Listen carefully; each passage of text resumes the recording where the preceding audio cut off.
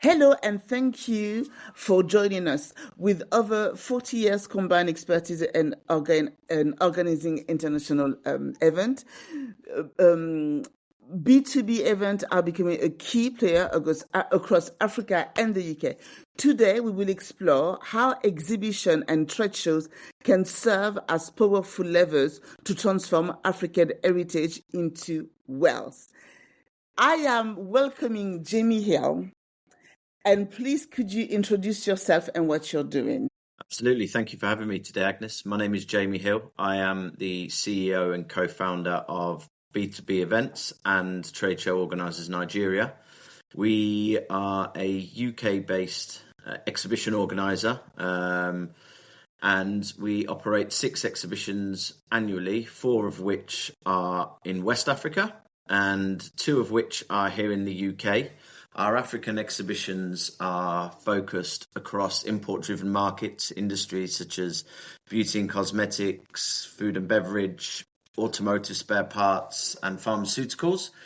And in the UK, we have 2 exhibitions, one focusing on medical devices, and one which where we had the pleasure of meeting you for the first time, Agnes, which was Tones of Beauty, which is a beauty exhibition taking place in the Excel in London, which is a celebration of diversity and culture within the beauty industry.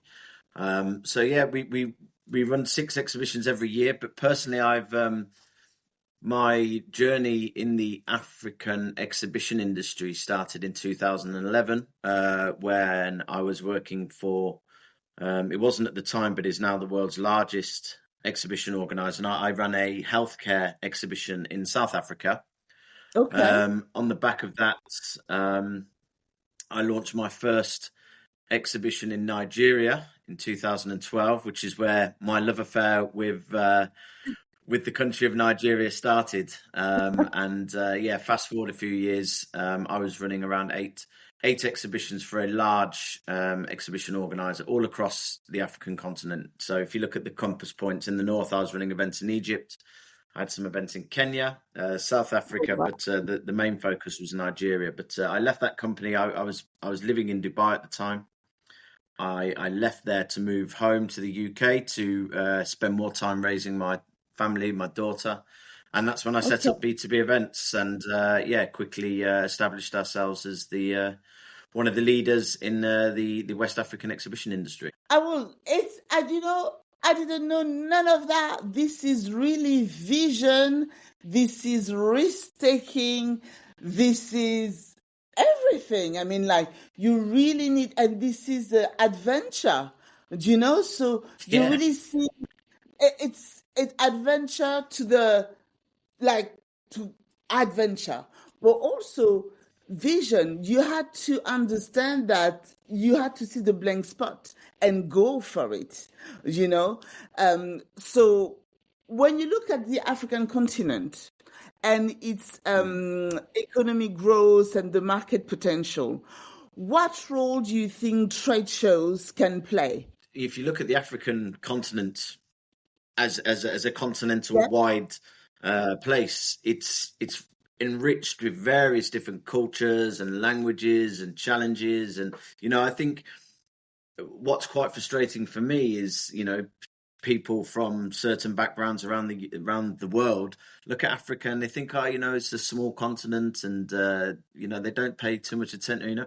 Africa's one of the largest continents on the planet. It's one of the most important continents on the planet when it comes to natural resources, greenbelt lands, a wealth of culture and storytelling and history that comes from it. Trade shows can play a huge part in that, but they can play different roles in different parts of the country. I think it's not a one size fits all due to the diversity across the continent. But because we never hear about trade exhibition on the.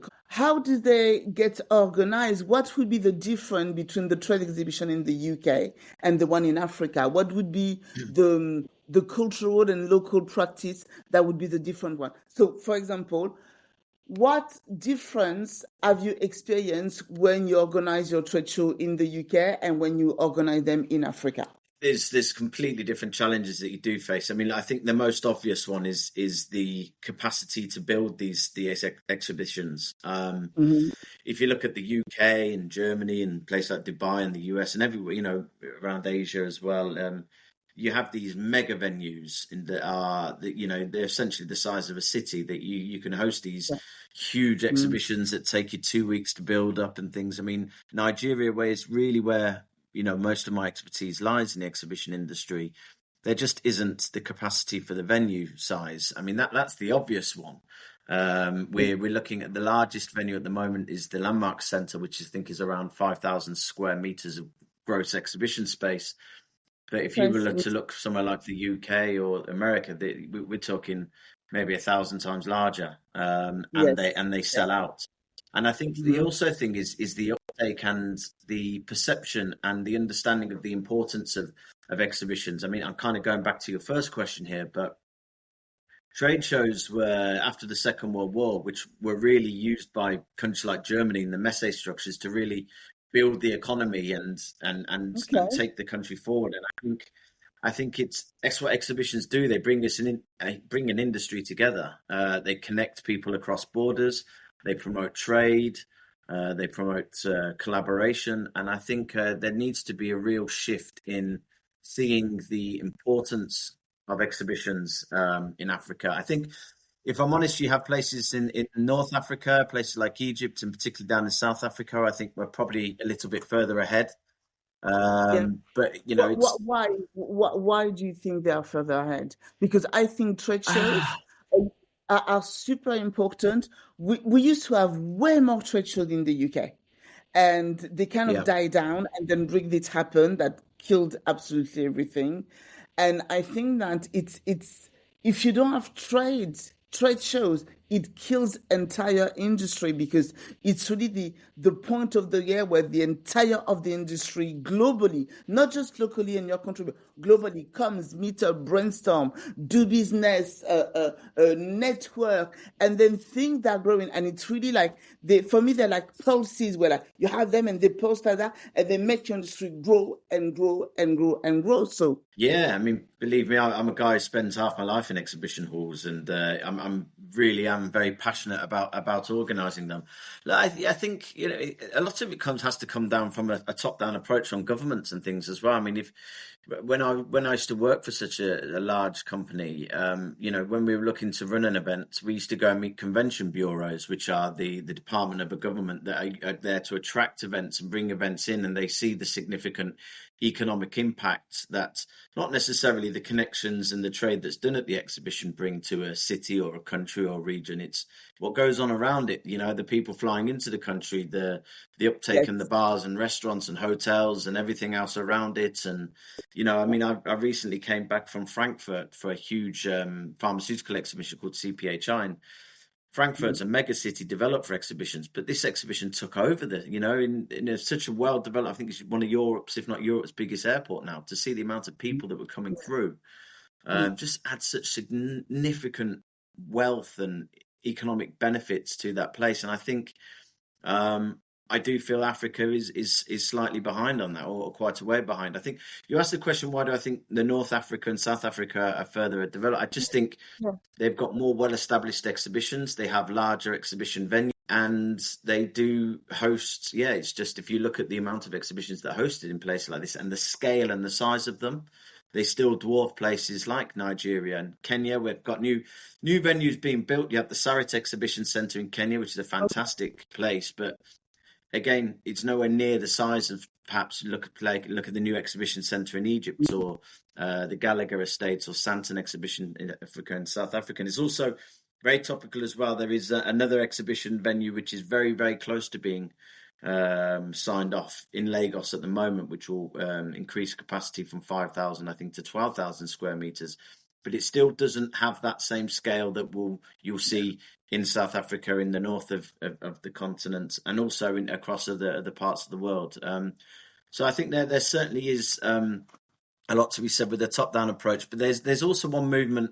We all know more about the African Continental Free, which should be doing a lot more, in my opinion, to boost trade across Africa and kind of give that what's the word I'm looking for, to try and create that scale by bringing the African nations together to create economic drive and impact. And that hasn't really had the impact we were hoping for, particularly I wasn't hoping for, in terms of making trade across cross borders and things. But they work with Afreximbank, and they now have the Intra-African Trade Fair, which happens every 2 years. It was in Algeria this year, and is actually moving to Lagos in 2027. So there are things starting to happen, but I think there definitely needs to be more collaboration and communication and development across the different African regions and countries to work together to grow as a region and really take advantage of the impact that exhibitions can have on nations.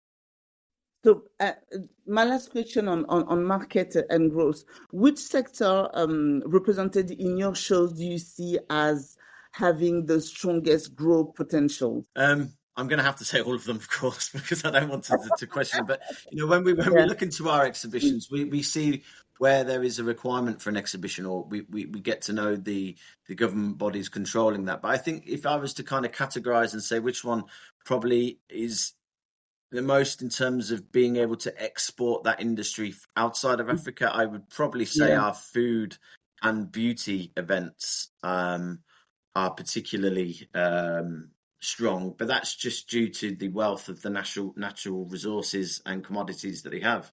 In places like Nigeria and Ghana, you've got cocoa, you've got shea, you've got cashew, and everything else. And I think there's like the Shea Foundation, which do quite a good job of promoting shea butter and oil processors around the world, and they do take part in many exhibitions. And I think I would say that, but I think it's also worth noting that across all sectors, and unfortunately, I probably will focus more on the west of Africa here because that's where I typically operate. But I think Nigeria, if you look at the changes that came in with the new government and the new president in 2023, it really took a back seat.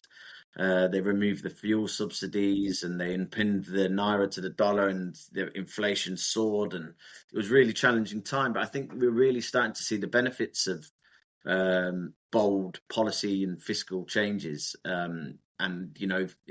Inflation is stabilizing, is reducing significantly. The naira's improving and is certainly stabilized now. Not where it was, but there's a convergence between the black market and official market now. So when companies are importing machinery, products, whatever it is they need to manufacture and process across the region, they're being able to do so a lot more easily without having to kind of go markets and pay more higher rates to do things. And I think even if you look at Ghana, the inflation has reduced significantly. I think the cedi is one of the best performing currencies in the world over the last 6 months or 12 months or something. So, there's a lot of economic policy changes, and you can really see there's been a lot of difficult challenges in that part of the world, but I think we're certainly coming through that. You've got the Dangote oil refinery as well, which is really having a significant impact on the naira. So lots happening.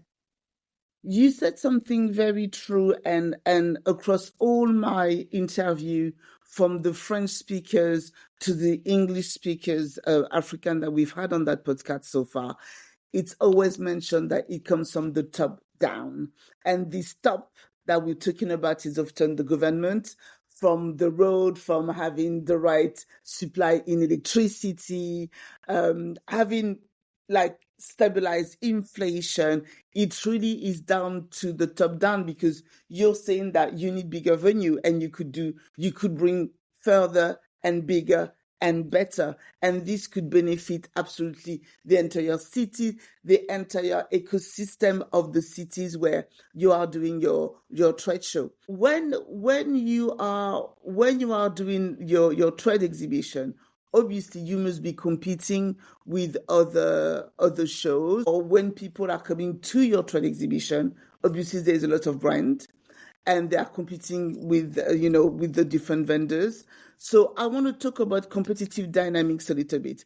So how can independent African brands use trade shows to stand out against multinational?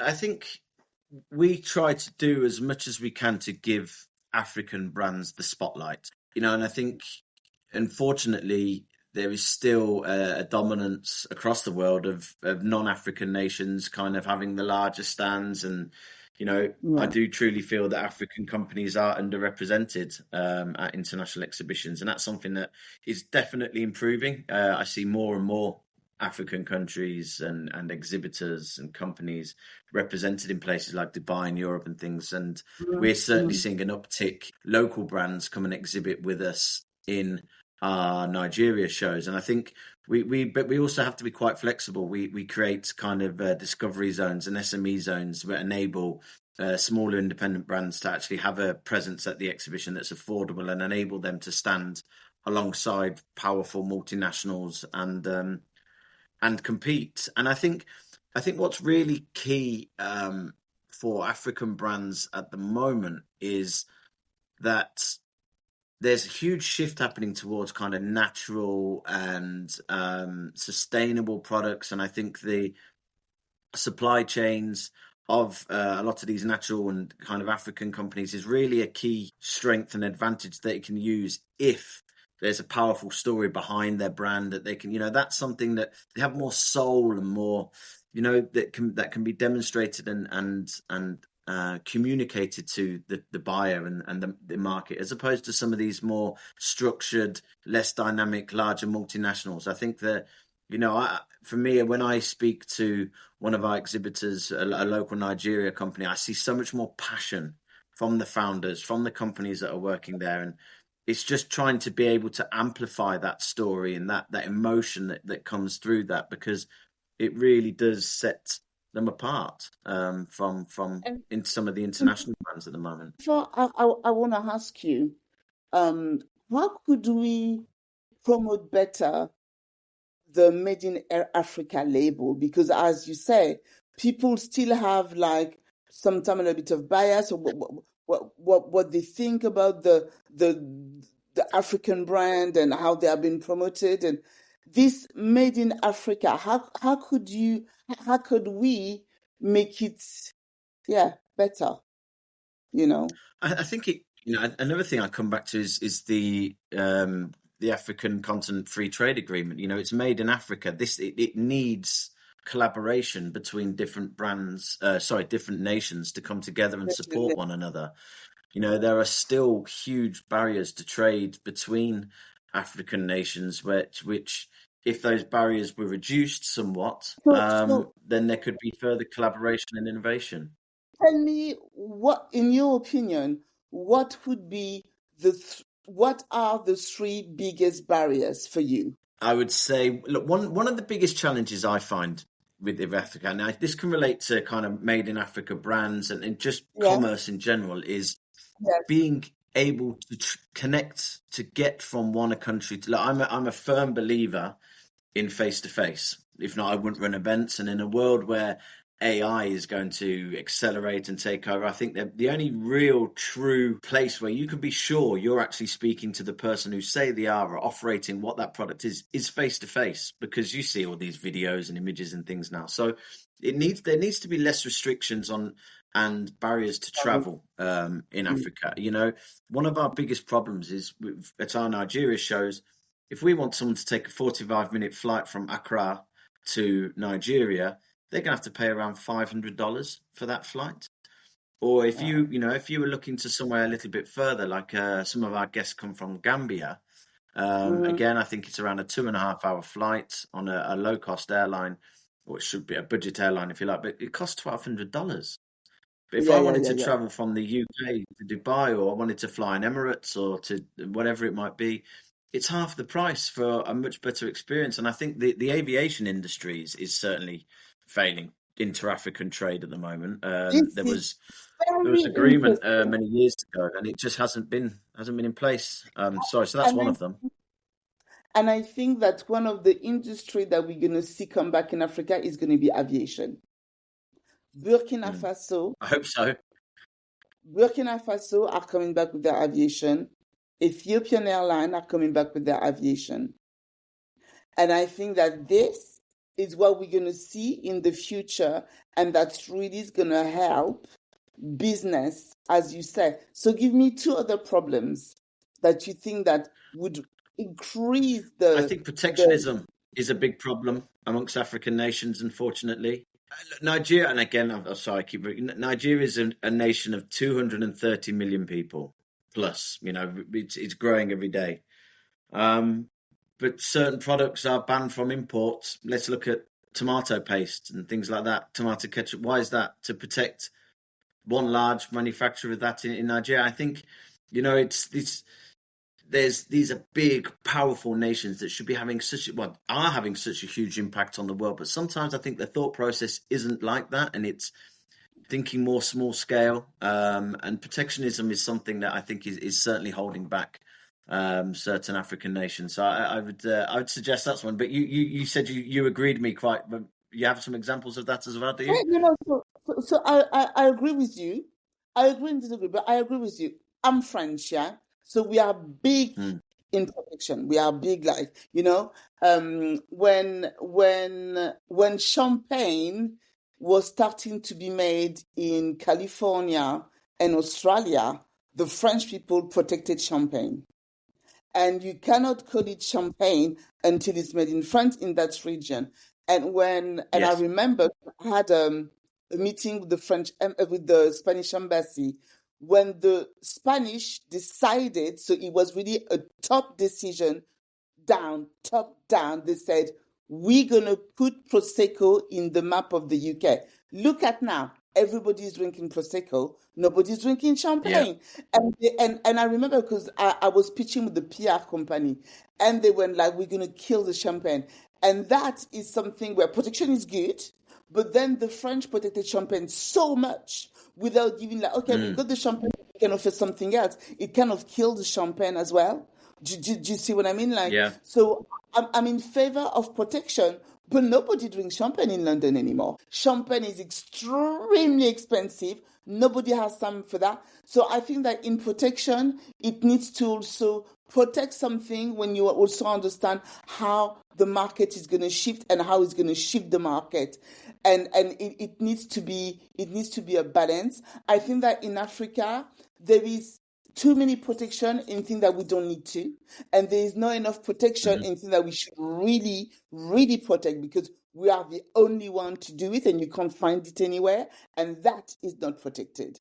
And like you said, tomato paste. I mean, like why? But there is some specific ingredient that should absolutely, like, for me, I think that you should be able to call your product shea butter or whatever if it comes from Ghana, it's made in Ghana, you need to really, because otherwise everybody, in France, some people want to do shea butter. Though everybody is in that. Yeah. So I think that they don't protect enough. And when they do protect, it's not the right thing. It's too generic and it doesn't help. Yeah, I know. Yeah. I know exactly what you mean. It comes down to money, right? It comes down to money. Yeah, and to protect something, you need to study it. So so I agree. I think there is need for it, but they don't protect what should be protected, and that's a bit of a shame. No. Yeah. And I think protectionism probably relates to the third point that I would say, which is it's kind of regulation and compliance. The barriers of entry have been able to get that product into an African country and the amount of red tape, certain other factors. I don't know if I should mention the one here, but I'm sure you know what I mean in terms of what's able to get through and things like that. I think that's, certainly for us, again, I reference the pharmaceutical industry. I was at a huge exhibition and we were speaking. I was with a former president of the Nigeria Pharmaceutical Society, and we were talking to a lot of companies to say, look, there is still gaps in terms of the production. There's certain things that Nigeria can produce, and those things should be protected, and not just they should be championed and exported. But then there's things that aren't being produced to service such a large country, and the rigmarole to get that product, first of all, to get the dossier checked by NAFDAC, and then to kind of be able to get that license. It's very prohibitive in terms of pricing, in terms of timing. And that's something, the 3 of my 4 events, NAFDAC plays a key role, and I know they do a fantastic job in trying to keep people safe. And, they have big challenges with fake products and counterfeit products. But I think there also needs to be a bit more of an appetite to to make international trade a bit more straightforward. And I think it can be, if you look at certain hoops or hurdles that if you were kind of looking to, right, I want to, and after COVID was a good time for this. People lost 18 months of revenue, and they kind of looked around and they said, where else, where can we grow? What revenue streams, Yes. what parts of the world have we not focused on? And Africa is almost like the final frontier. I think a lot of companies would have looked at it and saw the amount of things that you need to go through to kind of get your product there, and maybe thought, oh, you know what, maybe this isn't why we're there. So we're a company that really tries to support companies get into Africa, and we almost have to be a partner and a consultant to do that. We actually won an award amongst the exhibition industry in the UK last year for our operations team. Thank you very much. Yes. And I think a lot of that was due to the support that we did. Your team is absolutely amazing. They are the nicest. They are so professional. Your recruitment is absolutely on point. Thank you very much. Yeah, I mean, I don't take any credit for that. It's the team that drive the exhibitions. I might be at the front leading things and having the ideas, but the guys that actually put these events together and generate such large visitor numbers and fantastic exhibitors is the team that I have around me. So yeah, I thank you for highlighting that and noticing their strengths, because they certainly have a lot. So, with your exhibition, which country are they coming from, your exhibitors? Are they French speaking? Are they only English speakers? Or do they come from all over the world?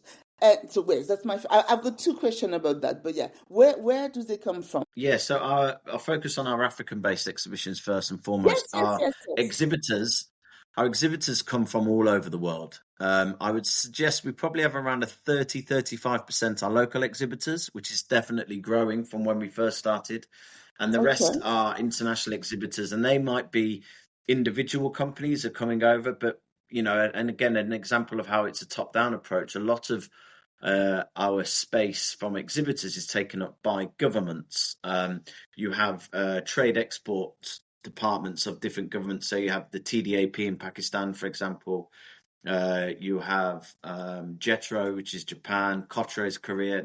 So what they do is they buy a large amount of space, and then they heavily subsidize the fees for companies from their country to come and exhibit, because they see the value in investing in these companies to help them grow, because it builds GDP, it builds inflows in tax and revenue. So there's a larger picture for all this. And, I think the African nations are certainly increasing. You think you've got AMDI in Morocco, which every major exhibitions you'll have AMDI will be supporting there.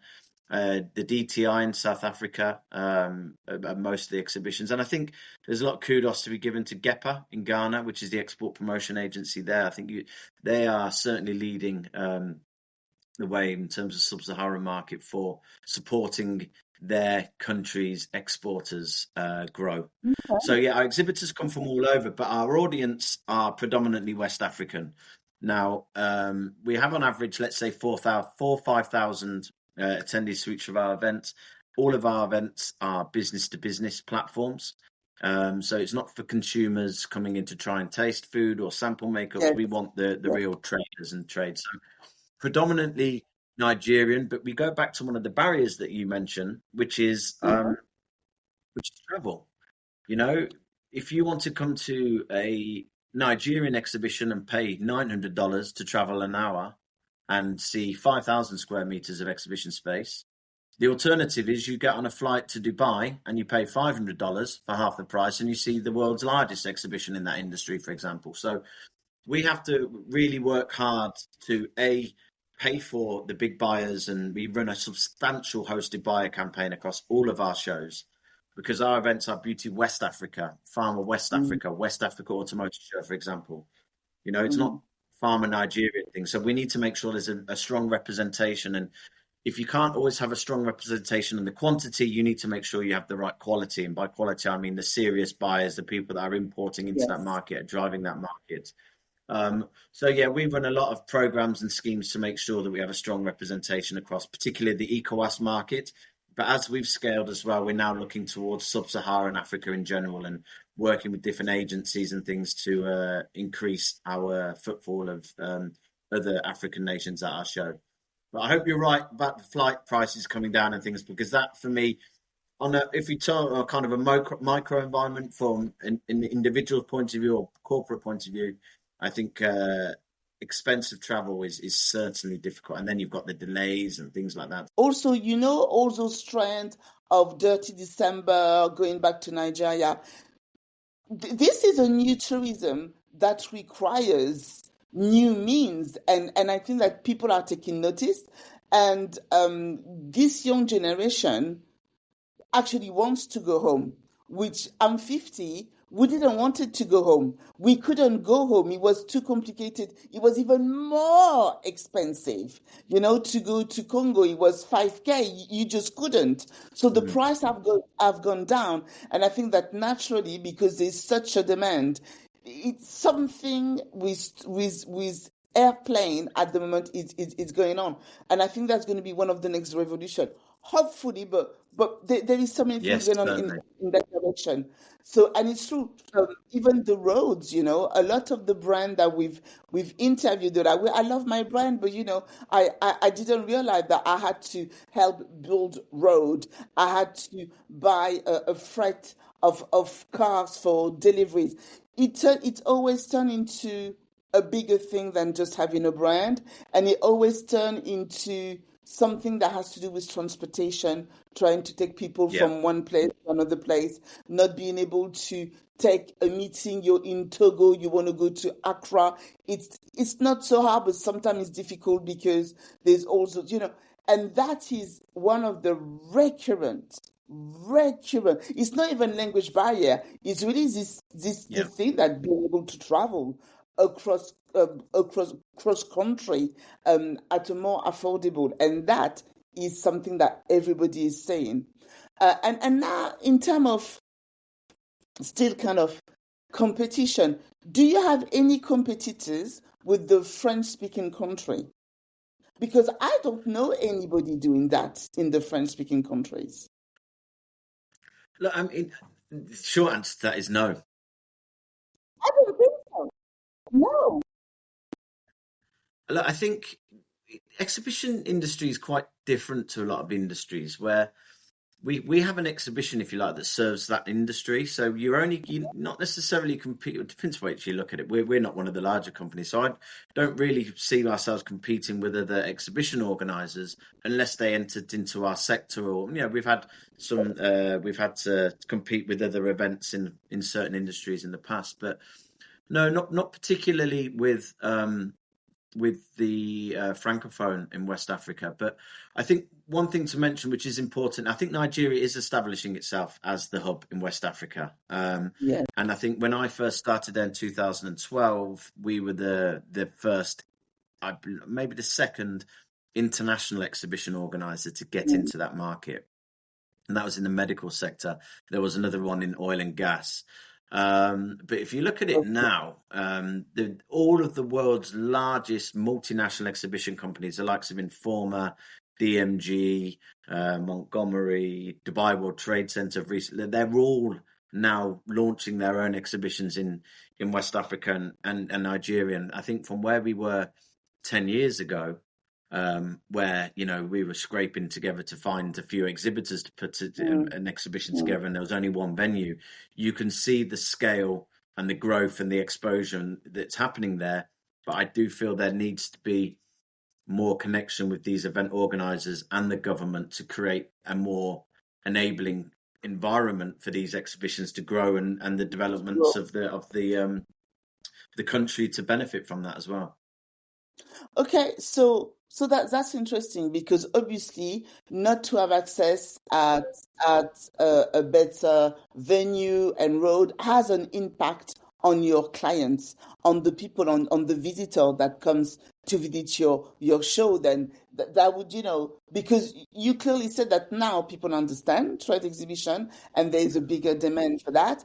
Bigger demand means bigger means, and yes, you need to work in collaboration with the state or the local authority to facilitate that.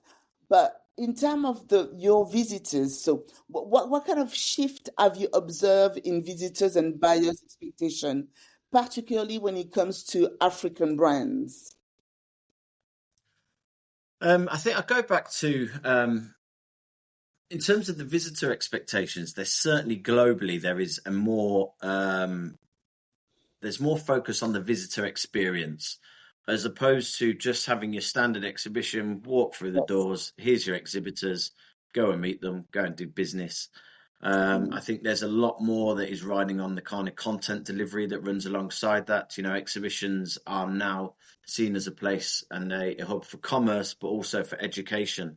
And we've talked about on numerous occasions over the past 45 minutes about the need to get government together, or B2B or G2G or B2C, whatever it might be.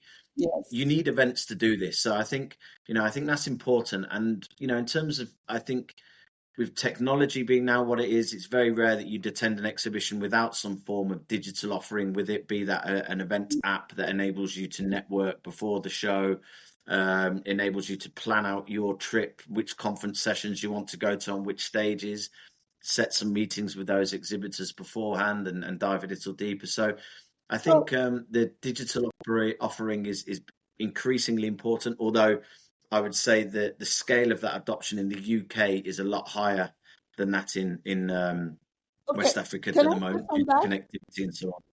Yeah. Can I just, so how do you, that was my next question.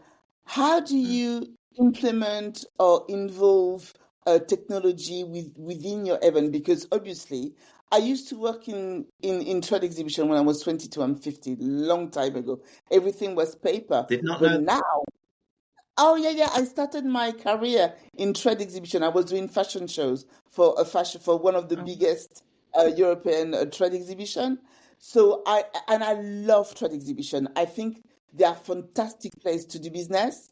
It's a great. lot of work. People don't understand that. It's a huge, huge, huge work. But now you also have to have technology. How do you get this? How do you supply your buyers and attendees with your show and technology? Yeah, I think we have a different approach in Nigeria than we do in the UK. Hmm. The main factor of that is connectivity Oh, in the venues and so on and so forth. It's and it's still an issue in West Africa, and that it's very quickly that it's very rare that we'll host an event, even though we pay a significant amount of money, much more than we would in the UK, to have top level internet there. It dies down. yeah, So a lot of the technology, what we're seeing at the moment is events are becoming if it's an annual event, that becomes that once a year meetup for an industry. So the importance is building community around that industry all year round, and we can do that through things like webinars on regular occasions, newsletters, and things like that to keep people engaged. But I think a key thing that in the UK market, we will have mobile apps and everything. We've yeah. tried them in West Africa, and we found that the adoption and the take up for them is not as significant as it is in the UK. So we also know that WhatsApp adoption is about 5 times higher than anywhere else in the world. On the African continent. So we're trying to use AI through WhatsApp at the moment and build like a concierge service where if the exhibitors wants to do a meeting, they can say, let's look at our Beauty West Africa exhibition, which I'll shamelessly plug now, taking place later this month in Lagos, Nigeria, on the 25th to the 27th at the Landmark Centre. Advertisement break over. Yeah. So let So let's say one of our exhibitors is coming to meet perfume and fragrance companies, and they get in there. We're taking the exhibition across 4 halls. They don't know where to start. So when they enter that exhibition, they will get a WhatsApp message from our concierge to say, "Hi there, welcome to Beauty West Africa. Is there anything I can help you with today?" And give a few options. Is there any exhibitors you want to see? Maybe they say, "I want to see all the perfume companies. Can you help me find them?" Then that WhatsApp service will ping back a message with all of the perfumery companies. Would you like me to connect you with them directly? Would you like a location where they are? So we find that WhatsApp will be a lot more significant in terms of impact and support and helpfulness in West Africa, where in the UK we have the kind of generic mobile app where people can, pre-schedule meetings and everything on that. We're trying to bring that app to a WhatsApp interface in West Africa. This is really interesting because It's really that people tend to think that wherever is working in Europe, that format, they want to take it and put it in Africa. But it doesn't work like that. You really need to have some cultural awareness about what people can and can do and will adopt. I couldn't agree more. And moving even a bit away from the technology side of it, I think that's one of the reasons why B2B events has grown so fast across West Africa, is because we've embedded ourselves there. We've got people on the ground there. We know the market, and an example of that is the open market culture in West Africa. When I Of was working for a course. large major corporation, we weren't aware of the open markets and how they are the driving force of trade, and everything kind of goes through there. And once I became aware of it, it's a marketer's dream. When you've got all of these importers congregated in a certain place, Yes. it's quite easy to find a large number of them. And we all know that there's lots of association models in West Africa, not so much in the Mhm. francophone, but certainly English speaking, um, where if you can get to that top of that association of every market, every society, and have a top-down approach where you sell that advantages and value to them, you can bring all of those people in together. So it really is a completely different way of operating. And everyone always says to me, "Oh, it must be so difficult to run events in Nigeria." But believe me, I find it so much easier to run a trade show in Nigeria than I do in the UK. But that's just experience and time has enabled me. We can do it inside out. We know exactly how it works. In the UK, it's a lot more competitive, changing markets dynamics, and so And there's lots of differences. different needs and different wants. People are oversubscribed, are overstimulated. They don't necessarily turn up on, it's just different markets. But I want to go back to what you just said. You said that in in Nigeria it's easy because you go all those open market, obviously, and you go also all those association that you don't Mm. necessarily find in French speaking market. How would you compare the francophone market and the English speaking market in terms of business development? What set them apart? Because before you answer, I'll tell you why. I was launching a documentary in France for a TV channel, and someone in the Yeah. audience to me, but we don't understand. How come British people, I was talking about black British, how come black British, Nigerian, and black American are so good at business and we are not, and we just can't grasp it? And there is such a difference. There is a very strong difference. So from your point of view, knowing really well the Nigerian market, I don't know the Nigerian market. I know the French Mm. market, but I'd like your opinion on that. What is the difference? How are they different? And what are the English speaking doing that the French are not doing? I think it's really interesting you asked that, because it was about 2 or 3 years ago where I wanted Mhm. to adopt the same model that we have in Nigeria to find our audience in places like Cote d'Ivoire, Senegal, Mhm. Cameroon, and other places. So what I found is a lot more defragmented. It's very unlikely that you'll find a large association of, let's look at our pharmaceutical industry. Is there association of pharmaceutical importers of Cote d'Ivoire? There isn't one, and I believe that's down to French. Historically, the French government not liking groups of societies and controls, because let's be honest, the English are a lot more relaxed when it comes to striking. I mean, if half the things that are happening in the UK at the moment happening in France, there'd be riots on the streets and strikes and Oh, yeah. everything. And I've been told to believe that is why a lot of it is defragmented, because it's again a traditional kind of government. We don't want uprisings, or we don't want groups of people together, See, because that creates so power. I don't know how true that is. That's what this is so interesting because I've never looked at this like that, but it is, and you will find exactly the same thing in France. In France, Mm, the French market is extremely hard to get into because it's completely defragmented. We are a big, that's why a private membership don't work in France, because we already are gatekeepers.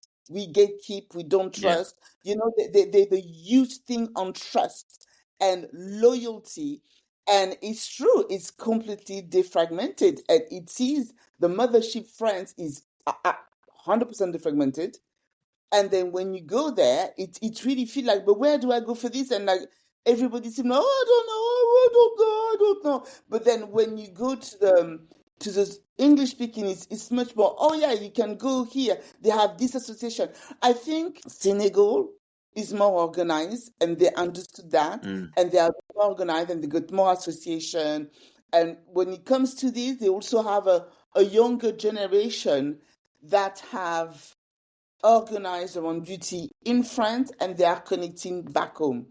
But otherwise, I would absolutely agree. And I think the worst of the worst would be Cameroon, where there's no organization, which is crazy. I love to my Cameroonian friend because I just love them.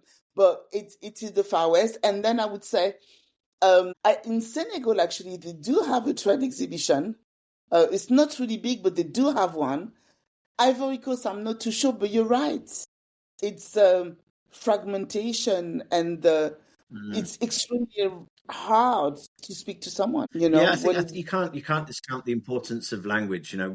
We're really lucky that the internet was written in English, really, and the kind of the adoption of English language has grown significantly more than others. So I think that's an obvious one. But yeah, I think that there's definitely the defragmentation. I think if that's even a word, that's where I would suggest things are quite different. And there's probably a lot of other factors which I haven't mentioned, but but you're right. Yeah, I think that's key. French people are averse to risk, and they are averse to innovation. They're not first adopters. They're very much followers. Yes. But when you look at they need to have seen that working somewhere else, and then they will say, okay, so then we will try. But when you look at the English speakers, they're really enthusiastic about everything that can help them. They're not like, oh yeah, that could help me, but what are you exactly sending me? Do you know? They're not, and yeah. I feel like you're right about that, the fragmentation, and I'm right.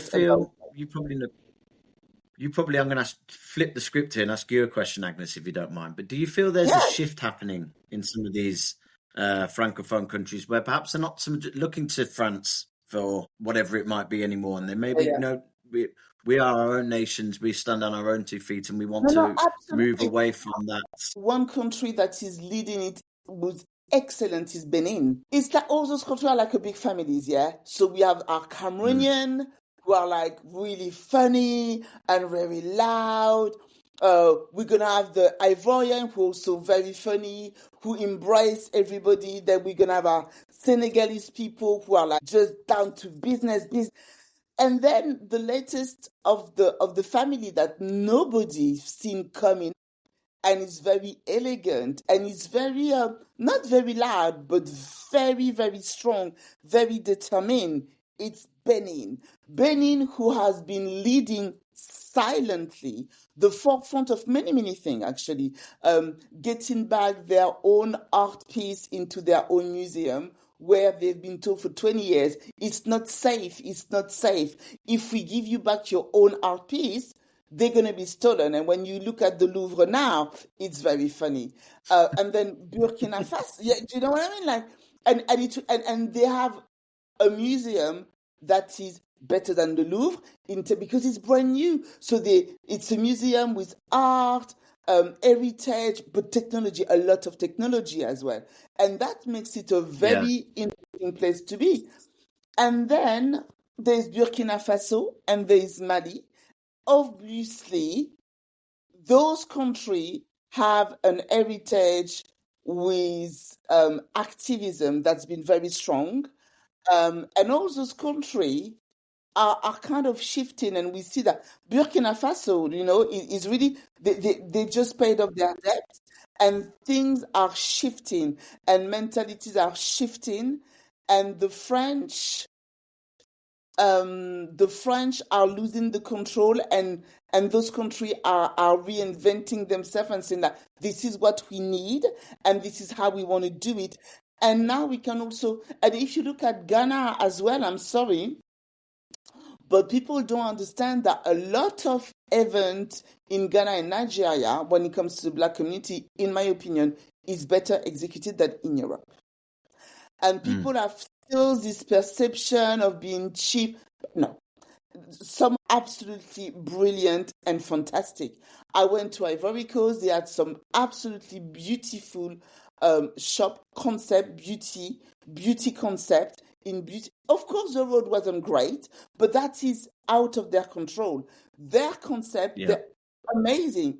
But then, as you said, they don't have a trade exhibition. And if they have to go to a trade exhibition and it has to be to Nigeria, it's too complicated.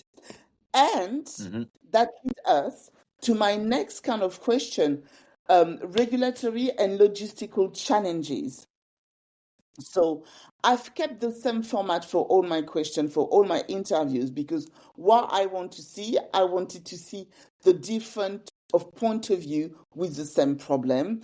And when it comes to regulation and logistic, this is the man, this is the anchor of the chain of progress for African people or African partners or people that partner with on the African continent is this. So what regulatory and logistical challenges do African exhibitors face when participating in your shows? I mean, how long have we got on this podcast? We've got 2 days. No, go on. It's everything, isn't it? I mean, we talk for infrastructure and logistics, like I don't know what the waiting times are in ports at the moment, but they're extremely high. Then there's the cost, and if I say this word and I have to take it away, then so be it. But there's corruption at every stage in these things. Of course, yes. And, that's even from arriving into the airport and having to pay someone to go faster in the queue, but to get that product through customs or to get that clearance, or creating wahala that isn't really there, just to kind of have to take some. So, I think that's a huge one. You talked about infrastructure before. Even visa pricing, visa costings and things, if you're not traveling, I'm actually in the process of renewing my visa to get into Nigeria at the moment. And okay, if you're in the ECOWAS, then it's majority of it is visa free, but I think it's cost me $600. This is about my 8th time I've renewed for a year or 2 years, which is another problem. I can no longer renew for 2 years. I can only do it for 1 year. So yeah, there are there's various different challenges. I mentioned airlines before, but I think it's just also it's the bringing people together. We look at our beauty sector and our beauty exhibition. The first day, our first morning of the conference is all geared towards strengthening regulation and innovation, and then we have an annual stakeholders meeting for the National Technical Committee for Beauty and Wellness. So I think that it's bringing people together that have got the right intentions at hand, as opposed to personal intentions, which I think is probably is global. To be honest, let's be honest, here in the UK as well. But I think that would be there are a few of the regulatory and logistical challenges I think we're facing in Nigeria at the moment, or West Africa. So let's say I am La Roche-Posay. I am a French brand, and I wanted to attend your event. What kind? And I am absolutely. I need to be there, but I am absolutely terrified. I don't have a local team. What sort of support would I get from your team? From your amazing teams? It's a good example. We actually had La Roche-Posay with their wonderful distributor, Beatrice Sene from Nectar Beauty a few years ago. So, I mean, that's key. Before you look at us, I mean, I think if, let's say, and we look at AI, right? I'm going a little bit off piece and I'm going to bring it back. So if you look at AI at the moment, and we talk about how can we use AI to do, then there's so many different things you could do. But if you use, most of it is built off what is available on the internet, be it through whatever it might be. And then if you look to use AI to find, these are my target audience, I want to find people in this target audience in the UK. There you go. It's done. And all. If we operate a similar thing into the African market, it's not there. The information is not there. It's an informal market. It's a lot more challenging to use these technological uptakes. So there's a lot more emphasis on support, consultation from individuals. And I take it as a full responsibility that if I'm bringing somebody over to Nigeria for an exhibition, they're relying on me, if it's the first time, to make sure it's as smooth as possible. And it's up to me to make their experience the best it can be. So then they'll come back next year. And then you've got a client, you've got repeat business, you've not got a one sale. So it starts off with the consultation. You know, if we had somebody that was exhibiting at our food exhibition that sold noodles and pasta, we'd have to say to them, look, it's banned from import into Nigeria at the moment. You could still probably do it because everything's informal and you can meet people from around the other countries. But so there's a bit of an education on that sort of thing. And then you have visa support, hotels. You know, as much as I love Nigeria, I remember the first time I told that I was going to go there, I kind of said, I'm not. Because of the stereotype that's built up, you know, it's not something that is on the top of the list for trip advisors for people to go on holiday and things like that, you know. And if you read everything you do in the news, you'll think you're going into a war zone where people are going to try and rob you on the street. There's crime, there's kidnapping, all this, and it's not like that at all. Oh, is it safe? Do you need armed vehicles? I can get you an armoured vehicle if you want, but absolutely no need for that sort of thing. And can you go out in the evening? I'm from a place called Coventry in the UK, and believe me, the nightlife in Nigeria is a lot nicer and safer than it is in Coventry in the UK. And that isn't even a joke. That's absolute truth. So it's our job to consult, and then it's just to support every way. We know that there's rigmarole in terms of shipping. You need to have certain documentation to get your product into the country on temporary import for an exhibition, to bypass NAFDAC registration and regulation. So there's so many different challenges. So if you go onto our websites for the particular exhibition, you'll find a lot of easy to find downloadable support guides that do take you every step of the way, from flights, accommodation, shipping, on site at the exhibition and that sort of thing. But what we also do, what is really important is, if you go anywhere in the world, it's boring in comparison to Africa. And certainly the countries I go to, it's the culture, it's the flair, it's the soul. So we want people to experience that. So every exhibition we have, we'll make sure we throw a huge party with African Afrobeats music and band. And we'll make sure that people have a fantastic time. And then from a business point of view, let's say the exhibition was okay for them. It's normally fantastic, but we can't please everyone all the time. But they say, how was that exhibition you went to in Nigeria? Oh, I'm sure it wasn't very nice. And then they said, actually, the exhibition was right, but it's fantastic there. We threw a party. It was so vibrant. We had such a fantastic time. You've got to go. That's a great referral that we get from our business. So we just need to harness the powers of Africa, which I think we do really well. And like I said to you, when I was 2012, I think the first time I went there, someone told me that I'd set up a business 6 years later, focused purely on that part of the world. I'd call them mad. But here I am, loving every minute of it. But you really had the vision, and I think that in 1 or 2 years, everybody's going to try to do exactly what you started a few years ago, and because it's needed, and because it's absolutely needed. So in term of Africa, you said it yourself. People have those vision of what it is and how it is. What would you say are the opportunities and innovation that you are bringing to your exhibition? So you know what? I think we've answered that. What innovation are you bringing to your exhibition to facilitate connection and maximum business opportunity? I think we've talked about that already. Between your digital and your event, which is fantastic. And so that was my last topic anyway. So I want to conclude on, if you had give us 3 reasons for a company, whether it's a European company, but also, I found that barrier with a lot of people who are from African descent, and they're like, oh, no. Give us 3 reasons to go to Nigeria and do business with you there. I mean, the first reason would be the size of the opportunity. You know, as you can tell by the way I talk, I'm not from African descent myself, but someone took me there, and it was the fact that I was there and I took that opportunity to see such a huge growth potential there. You know, you look at Nigeria, you've got 230 million people there. You know, that's a huge population, soon to be the third most populated country in the world, if you believe reports, behind India and China. And there's an adoption of middle class growth. People are using technology. You know, there's access to the internet, so there's more and more Western kind of influence. So people are wanting international products. So there is a huge market waiting for you there.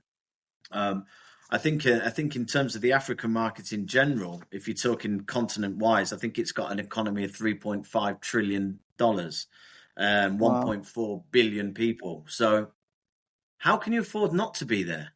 Why aren't you there? What's your prejudice that you aren't in such a fantastic and significant opportunity that could offer you growth that your business couldn't get elsewhere? So that would be my question back to them. But that would be the first one. The second reason why they should exhibit, because look, I also, like I mentioned before, access to information on how to scale a business, how to grow to business, how to enter a market, like Africa, isn't as readily available as it would be for going into the UK or the US or wherever that might be. So I think there's a real necessity to get yourself on the ground, experience that culture, learn this, socially how that market ticks, understand. It's all well and good. Like I said, you read something and then you actually experience how it is on the ground, and you will see that there are barriers to entry and barriers to trade, like there are everywhere in the world, but they're nothing like they are when they read about. And the way of doing that, you might send a few emails to somebody who has an email address on the business card and not get a reply, because that's how we do it over here. The minute you send that WhatsApp message, you'll get a WhatsApp. There's different ways of doing it, and I think you have to understand the different cultures. And when you don't have that readily information available, you have to take yourself there and experience it for yourself. And thirdly, why they need to come to our exhibitions is, well, if they've not tried the suya and the jollof rice, then they have to go. And I would say also, I think you have one of the best team. Your team is very old school. They look after people. Yeah. They're very kind. They really facilitate. They are a hardcore sell team. But I think that if you get to know them, you would absolutely love them, because as hard as they work to get your business, they work as hard to make your stay and your experience absolutely fantastic.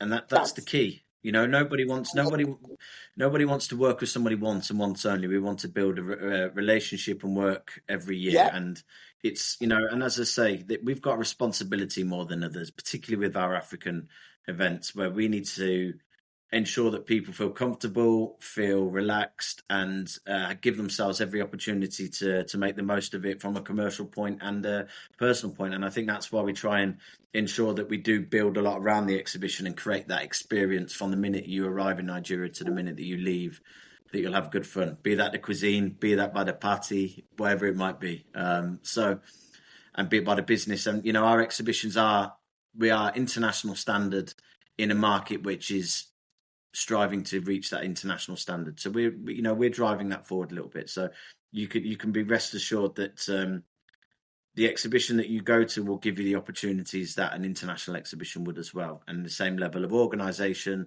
communication and support.